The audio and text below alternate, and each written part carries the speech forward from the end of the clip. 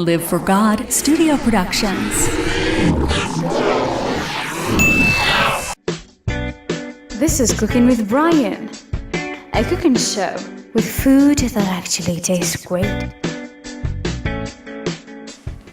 Hi folks, welcome to Cooking with Brian. Today we're going to make the absolute best meatloaf that you've ever had before in your life.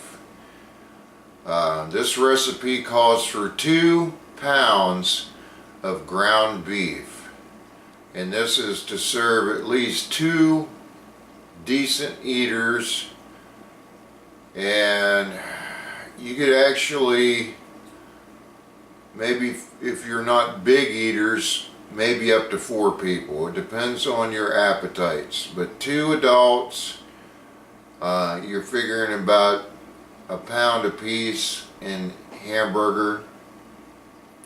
If you're not quite as big of eaters and only eat approximately half a pound of beef, it could serve up to 4 people.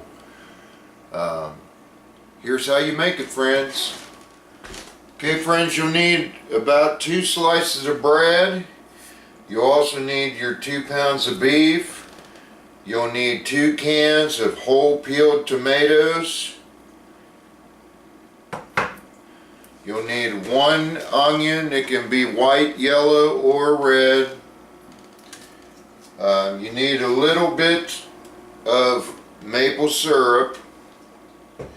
You can also put eggs in your meatloaf if you want to, but a lot of people's stomachs are weak, so they may not want any eggs in there. So we're going to show you today how to make a meatloaf with absolutely no eggs whatsoever in it, friends. And that's why we use that maple syrup there, to give it a little bit of blending ability to where it won't just fall apart. The syrup kind of helps it stick together and gives it a little bit of moisture, friends.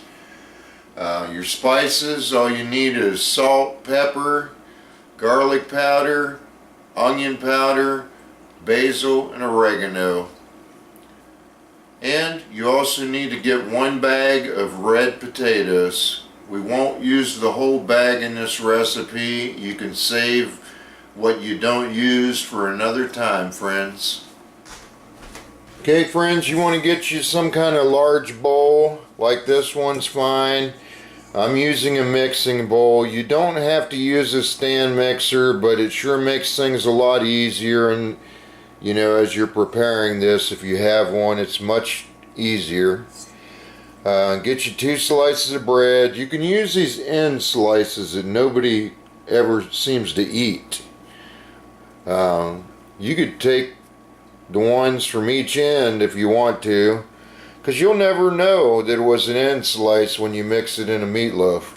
What you want to do is take your bread and you want to kind of flake it up with your fingers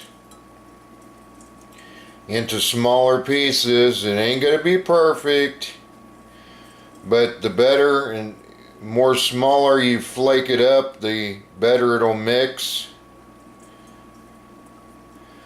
The cheap breads tend to work better than the more expensive moist breads, because the moist breads are kind of, you know, the expensive breads like Sara Lee and all that don't flake very good because they're too moist. So we're just using generic local grocery store bread. This comes from Hy-Vee, which is one of our more popular grocery stores in the Kansas City area. You can use any store-bought brand. Works the best. Now you can use the premium breads, but they don't flake up into quite as small pieces, and they tend to leave too many white chunks of bread in your meatloaf, but it's okay. It's all good, friends. It all will taste absolutely delicious.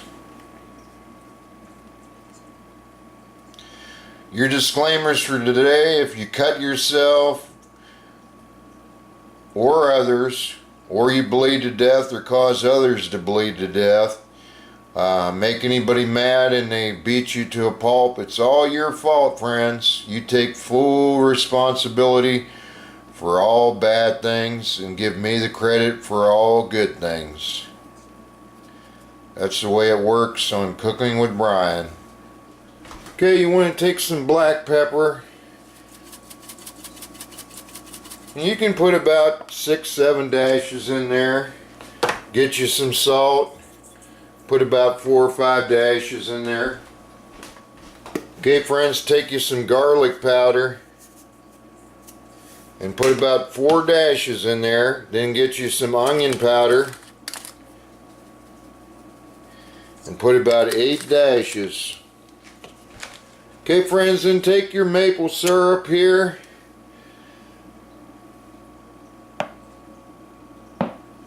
That's good enough. That's probably, just roughly guessing, about 3 tablespoons of maple syrup. Doesn't have to be exact.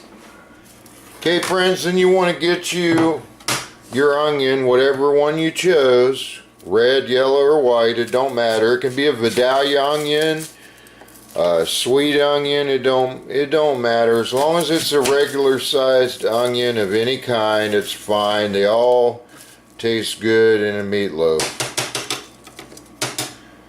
Now I cut the ends off here and then carefully peel about 1 layer around here. Make sure you throw your trash away so your spouse does not execute you. If they do, it's your fault. Then you want to take, without cutting yourself or others, slice your onion without slicing off your fingers. And you want to dice up your onion, and you want to make sure the pieces are within reason and they're not too big.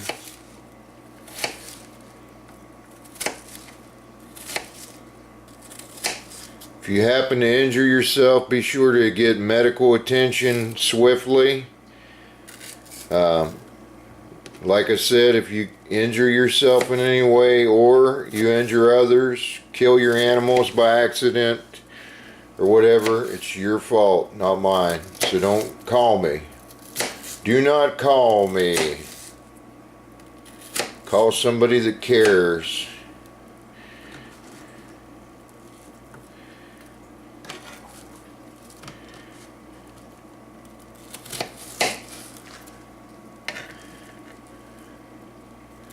Now, if you decide that you want to attempt to file a lawsuit, you agree to pay all my lawyer fees. You agree to pay me the sum of $50 million if you attempt to make any lawsuits of any kind. You agree to void out any winnings that would come to you by using my recipes. Because I only teach you how to cook. I don't teach you how to kill somebody. Thou shalt not kill, friends. You're not supposed to kill anybody, hurt anybody. Love your neighbor. Love your neighbor, friends. That's what the Bible tells you. Okay, friends, after you get that onion all diced up, you want to stick just the diced pieces in with your meatloaf mixture, and you want to discard of all the peelings that you had and any other messes you made. Okay, friends, then you want to take your 2 pounds of hamburger meat and go ahead and stick it in the bowl with your meatloaf mixture. You want to make sure you throw away all the wrappers so that your spouse does not kick your butt. If they do, it's your fault, not mine. Don't call me and say your spouse kicked your butt because you didn't throw the trash away. Because if it happens, it's your fault for not cleaning up. Okay, friends, You can either mix this up by hand, or you can use a nice stand mixer like this one. And you want to make sure you use the dough hook, which is the one that just looks like a hook.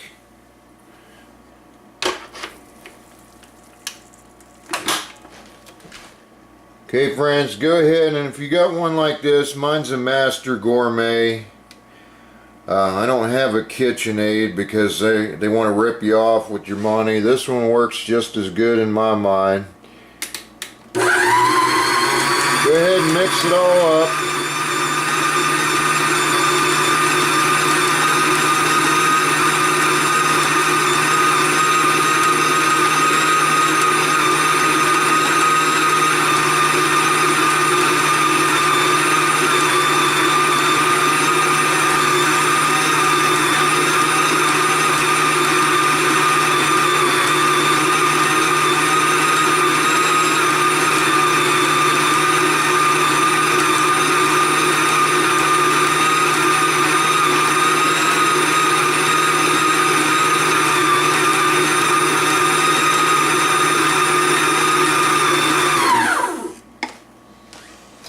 Okay friends, if you happen to have mixed your hands or body parts into your meatloaf, it's your fault, not mine. You take full responsibility.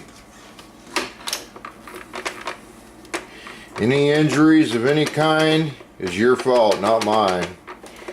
So call somebody who cares, not Brian. Okay friends, then you want to get a large baking pan. This is a large glass one. This is one that you would use to make lasagna. You see it's pretty big one.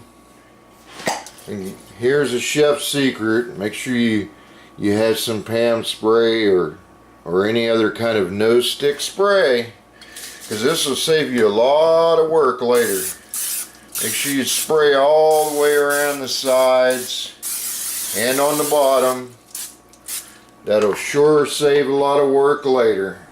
Okay friends, then you want to get in here into your meat, and you want to take approximately half of it. Make sure you'd washed your hands before you did this, friends, because we don't want nasty things in our meatloaf, friends. Who knows where you put your hands, scratching your can or whatever. We don't want that on our meatloaf. So make sure you washed your hands, friends. Now take this, and I want you to stick it on one side and form a meatloaf. Now I can tell you, if you have a real tall meatloaf, they do not cook very good in the middle. So my little chef's secret is, if you like your stuff to be fully cooked, well done, I suggest that you form this and make it not very tall. Not very tall at all, friends. I don't know, it's a little bit more than an inch thick. Maybe an inch and a half. You definitely don't want it more than 2 inches tall, and the reason why is you'll be eating nasty raw beef. So you want to make sure it's not too tall. And you want to make 2 meatloafs, one on each side. And you'll see why that we do it this way here shortly. Okay friends, you can take all the remainder of the beef to make your second meatloaf. See, we didn't get the onions mixed in as good as we wanted to, but that's alright. We're just going to stick it into our meatloaves a little bit. You want to go ahead, and this is kind of like culinary arts, you know, you can make it look as beautiful as you want to make it look, friends. If you want it to be a master showpiece, you know, you can do that. You know, you just, it's got to be absolutely gorgeous for some people, especially if you have guests. Maybe guests that you don't normally have over or whatever. Either way, once they taste this meatloaf, they're going to tell you Boy, you make a kick-butt meatloaf, dude. You need to invite us over more often for this stuff, because it's some good stuff. Okay, friends, for our culinary artwork, we want to get some Heinz ketchup. You don't want to use any other ketchup but Heinz, because everybody knows that Heinz sells the best tasting ketchup. So you want to do some culinary artwork here and do maybe some zigzags or whatever. That's kind of a traditional thing with meatloafs, because it's got to look like artistic baking technology or whatever. It's got to look fancy. Okay, friends, we're going to kind of move that to the side a little bit. And you want to get some of your red potatoes. Make sure you wash each potato individually as you bring these red potatoes out. Now you want to kind of look it over and make sure ain't no bad looking spots. If there is, you can kind of cut them out. Don't cut your fingers or anything else. And just dice up your potatoes. And word to the wise, you don't want the potatoes to be too thick. If you cut the potatoes too thick, they may not get fully done. Then you want to take your potatoes and you want to go ahead and drop them in this area in between the meatloafs. If you happen to see any black spots in your potato as you're cutting the potatoes, you can go ahead and pluck them out and kind of toss them in the trash, because if it's black, it ain't no good. So keep continuing to cut these red potatoes until you've completely filled the center section in between the meatloafs with it here. And you can have it stacked up at least as tall as the meatloafs are. Maybe even slightly higher if you like to. Now here's a good example. This potato does have a little bit of black spots in it, so we're going to kind of discard those pieces and carefully pick them out. That was a good example.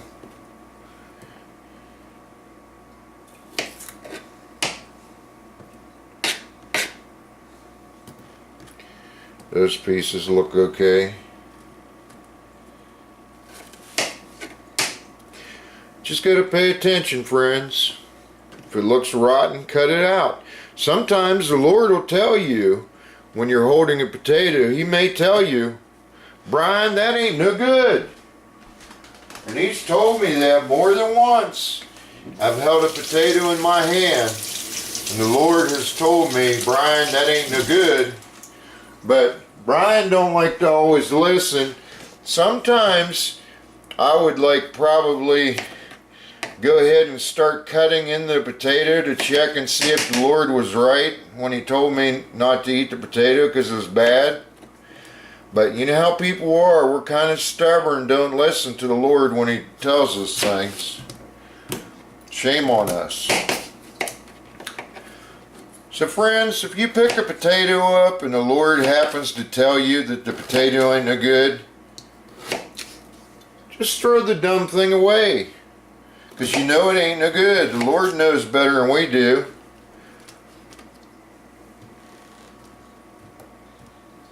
If He tells you it's bad, throw it out.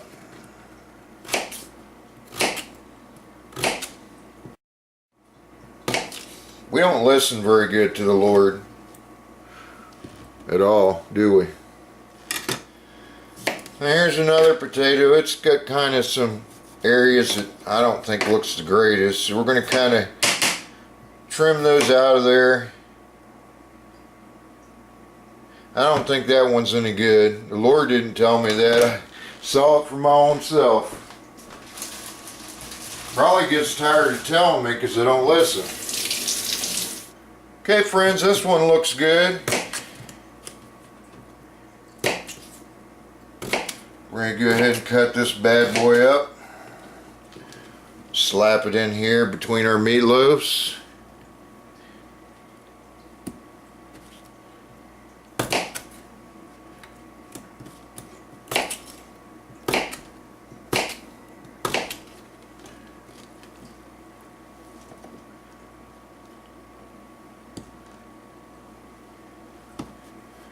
We're going to go ahead and discard of all this other stuff.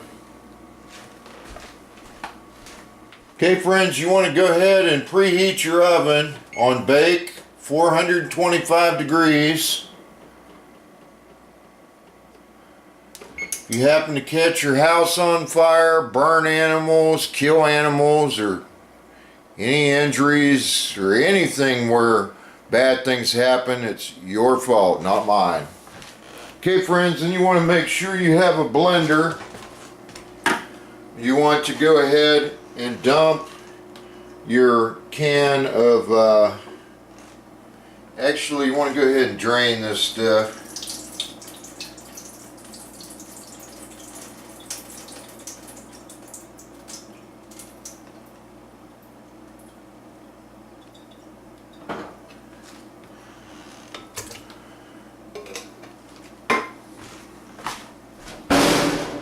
Okay friends, you want to go ahead and put both cans of your peeled tomatoes, make sure you drained it, into your blender. Then you want to go ahead and spice it up. Get your basil leaves. Put about 5 or 6 dashes. Same thing with oregano. You can put 6 or 7 dashes. Onion powder,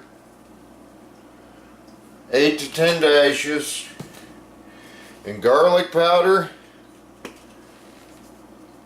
about 4 dashes. Then you can go ahead and blend that up.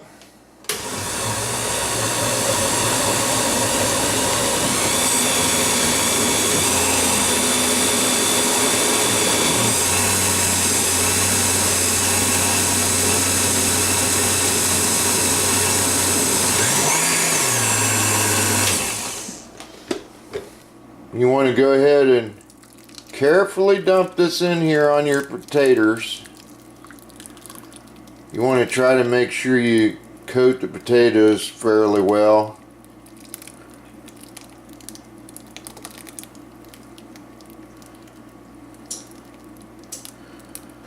And then you can go ahead, and I know you're messing up your culinary arts, but that's alright. It only looked good for us because we were cooking it, I guess. But we don't care. It looked good while we was making it.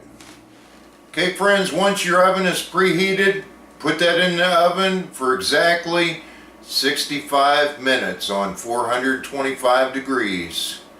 At the end of that time, make sure you use some hot gloves or whatever. Make sure that they work and they're not cheap ones. Carefully remove that from the oven and put it somewhere to cool on some like pot holders or something.